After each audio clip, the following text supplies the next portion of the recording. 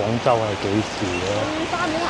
最浪漫嘅廣州咧，就係啱啱落完雨嗰陣啊！講啊，呢個。係啊，咁咧因為佢場雨夠大啊，所以咧就離最浪漫爭少少就係啱啱落完雨咧。如果落咗場雨細咧，再有啲熱氣蒸翻起身嗰下咧，係最浪漫嘅啦。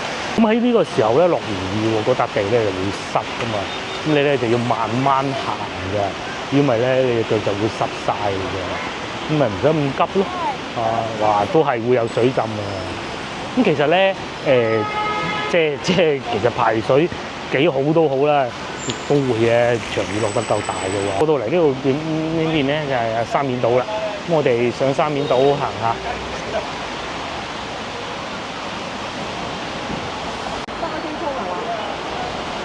而家企緊呢度咧，行前少少，鏡頭正前方咧先係嘅。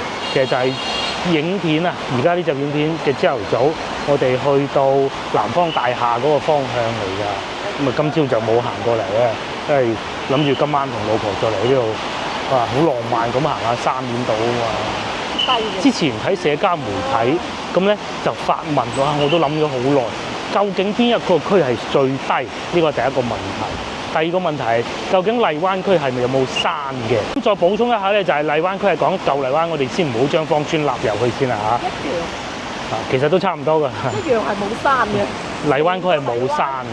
都係冇。嗱，你越秀都仲有越秀山啦，越秀個名就係越秀山嚟嘅啫嘛。咁白雲更加唔使講，又係白雲山。其實廣州好多區啲名都係用個山起嘅。咁啊，仲有乜嘢啊？就算係去到南沙，都有南沙天后廟嗰個山啦。番禺又有大夫山，就唯獨荔灣區係冇山嘅，或者有。唔知喎。你話俾我聽。海珠有冇山？海珠。好似就係海珠荔灣係冇山嘅。海珠唔知。係，可能都冇。落完雨特別浪漫，好多人都趕住收工。而家時間係啱啱夠6點啊！嗱，趕住收工。咁面前呢條橋咧叫人民橋啊。一落去對面就過去曉港嗰個方向啦，大概係應該係好多老廣州喺嗰邊住嘅。然後正前方呢度就沙面島啊，哇！仲有火車嘅。嗰個火車餐廳。餐廳，法國餐廳嚟嘅好似。係啊。